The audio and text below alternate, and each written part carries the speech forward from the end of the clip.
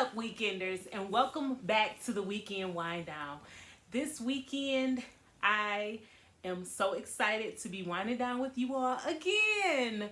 And as you know, I'm drinking my fave, Chardonnay. I am going to ask you all before we begin this video, can you all please give it a thumbs up, like this video, make sure you also subscribe to my channel and click the bell notification so that you'll be notified every time I upload a new video. So you guys, let me know what you're drinking with me in the comments. I'm going to go ahead, grab my guests, and we're going to get back with you all for the wind down. Hey weekenders, I am back with my two special guests. I have Latanya and I have Tone here with me, and they are going to dive into this hot topic that we have, and it is regarding co-parenting complications. So for my viewers, I'm going to read my special guest a scenario, and this is just an anonymous scenario that somebody posted online, and then I'm going to ask you all a follow-up question, and then we're going to get right into it. All so right. The scenario reads, my daughter's biological father, who is not named on her birth certificate, now wants to have a better relationship with her. He wants her every other weekend, but he lives 6 hours away. She's only 2.5, so long car rides are rough on her. She knows who he is and she loves him, but she didn't grow up with him or spend much time with him. She's been raised by me and my mom, and she is very attached to us. Not seeing us for an entire weekend would be really scary for her.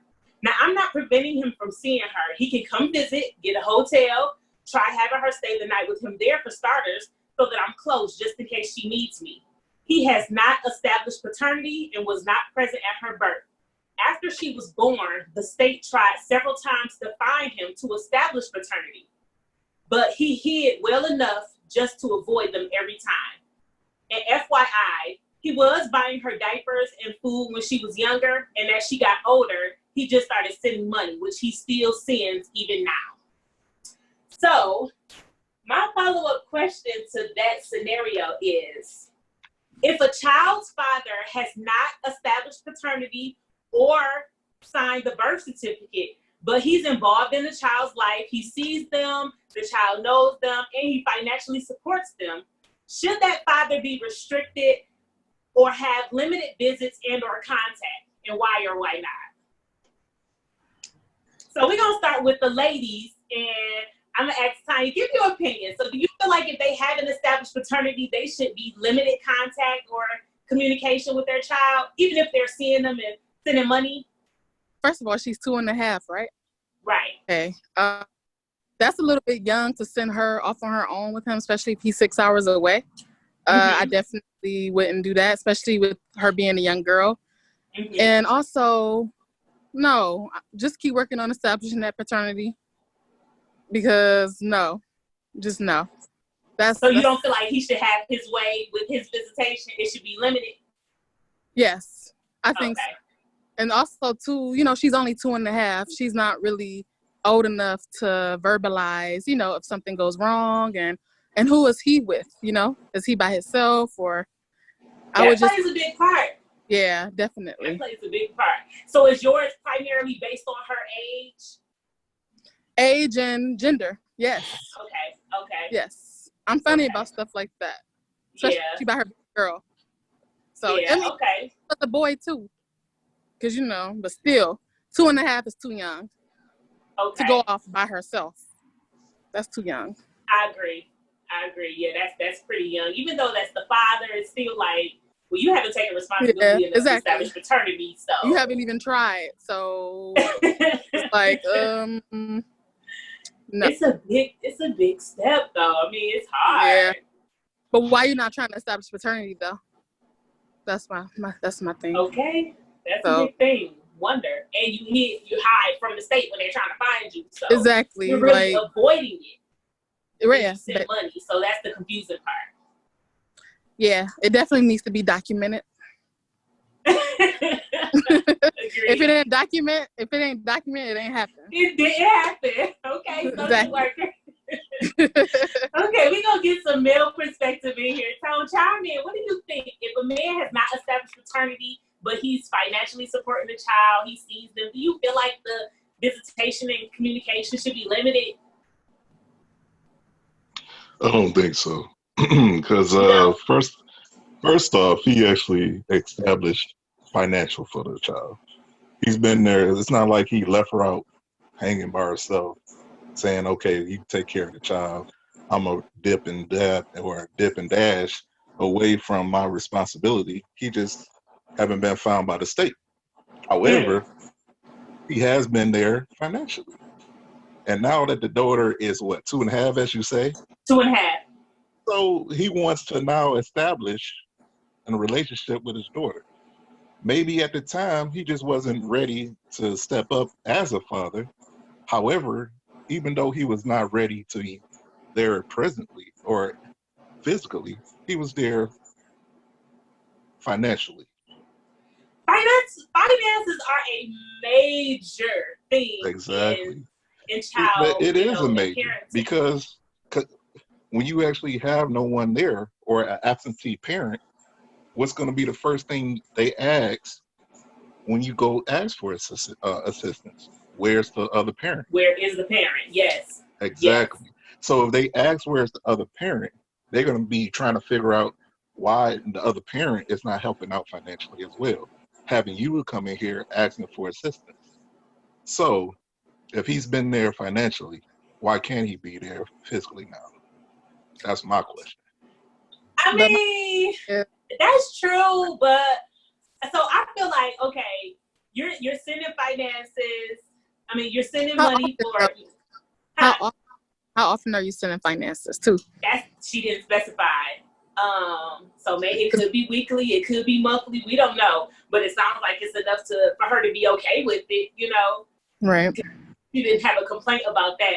But I guess like if something was to happen to that father, are you really like you're supporting him financially now, but you're not really setting him up for financial support if something happens to you in the future? Because if you're under 18 and your parent passes away, you get checks until you're 18 or you're an adult. But say Right. for instance, in this case, if he passes away and she's only 4 or 5, then the mom is back to being a single parent with no support. Now, Okay. Okay. I can't agree and say that it should be limited, because I feel like even in that case, you have to kind of let the parent do whatever they're gonna do, because we can't make a parent be a parent. You know what I mean? We can't Right. make them spend time with their child. We can't make them see them. And a lot of times, even growing up in most of the Black communities who didn't have who didn't have active fathers in their life, even when we saw them, it's kind of was like that's when we saw them. We didn't. Our parents didn't like restrict them from seeing us. We just saw them. We knew Daddy wanted nothing because he came around every other month. You know what I mean? So they kind of let the parent do what they want to do, because the child gonna have to figure out on their own that this is how your parent is. So I don't know. It's just a hard decision to make. But That's not actually true in all Black families because when I was coming up, I wasn't around my father. And that was only because I found out later that my mother decided to tell my father's family that I wasn't his.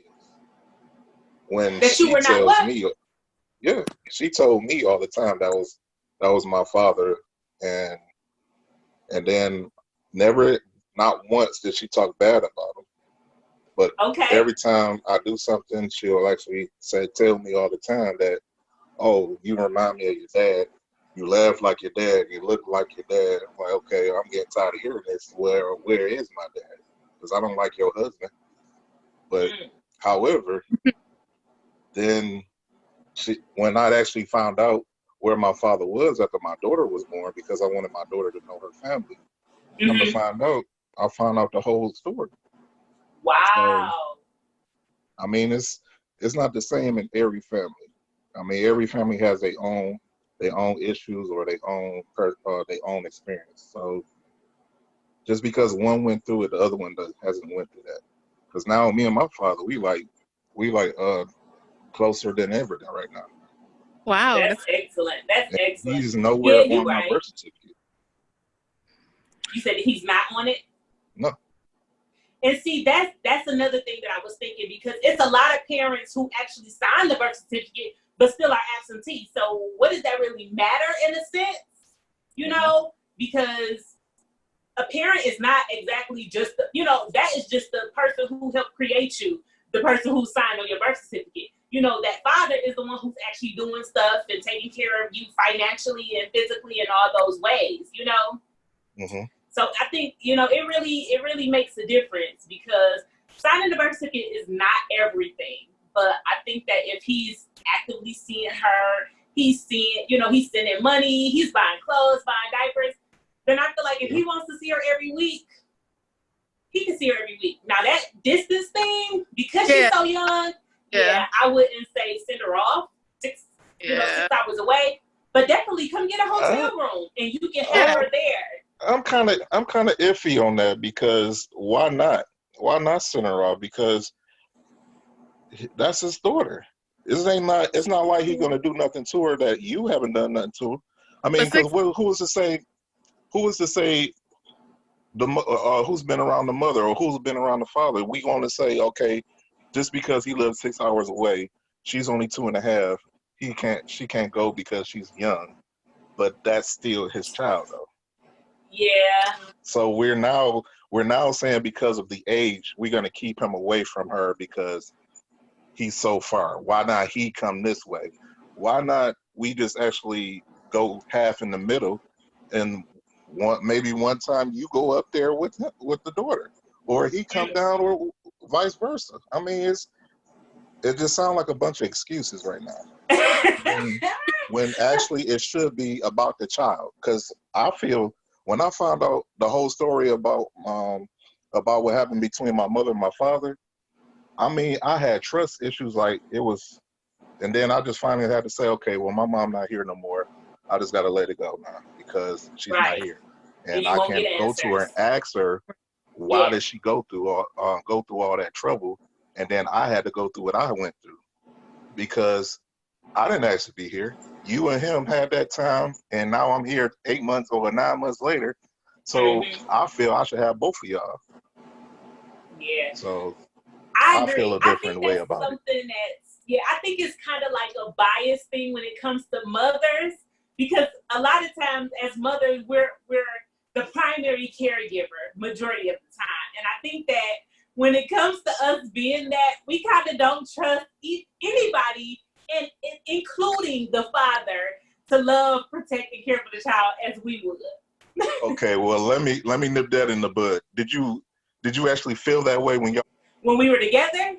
No, when y'all was making the baby, did y'all feel that way? Listen, I feel no way about the child because. But still, did you feel that way? Did you feel that way when y'all was making the baby? No. Okay, then. So now all of a sudden another human being is in the picture. Now y'all want to get protected. Two of us, not just one of us, two of us to make that child. True. I mean, if it was me, I would be okay with sending him. I trust my son's father with my life and his life. So it's, that's not my story, but I don't know if it would be the same if I had a girl and if she was 2.5. I can't say that I would be willing to and readily able to just be like, oh, okay, she can come 6 hours away. Mm-mm. I still don't agree with the age distance, because I'm not saying keep the child away from the father, but it all depends on who the father is in the relationship too. Like Jasmine said, it all depends on the relationship. Oh, okay. So, but you did say that you don't feel that she should be overnight, even though that is his child. 2.5. That sounds like you're keeping him from him, though. That's what it sounds like. But if you come in to see the child, that's different. How is it different? That's his child. But no. And again, I think that just comes with the parenting bias. Like, we automatically feel like nobody's going to care for our child like we do. Nobody's going to love our child like we do. Nobody's going to protect our child like we do. And it's a thing of trust. A lot of times we literally have to trust this parent as the other parent because they're still their protector as a parent, And it's a thing that we have to overcome and do away with because that is their parent in a sense. And it has, it takes time, especially if they're not together anymore. You know, it takes time because you don't know what's going on. You don't know who he has around. And it kind of diminishes that trust a little bit when you're not together because you don't know. Yeah. But judgment I do too feel like matters. You have to go by their judgment and what kind of person they are too. If you know they on some BS all the time, you be like, nah, you ain't going. It all depends on the. It would depend, but in the same sense, you know, that is their child too. You know, they share a child, so we have to allow that, because if they make a mistake, then and only then are we allowed to make a decision based on their caregiving. You know what I mean? We can't just do it based off of how we feel about them. We have to allow them to do what they say they can do or do what they're supposed to do. And then if they make a mistake or don't do something or don't care for the child right, then we can make a statement based off of that, or make a decision like, okay, you can't go back there because this happened, you know. But I feel like as women and as mothers, we make that decision before we even give them a chance to do whatever they're supposed to do.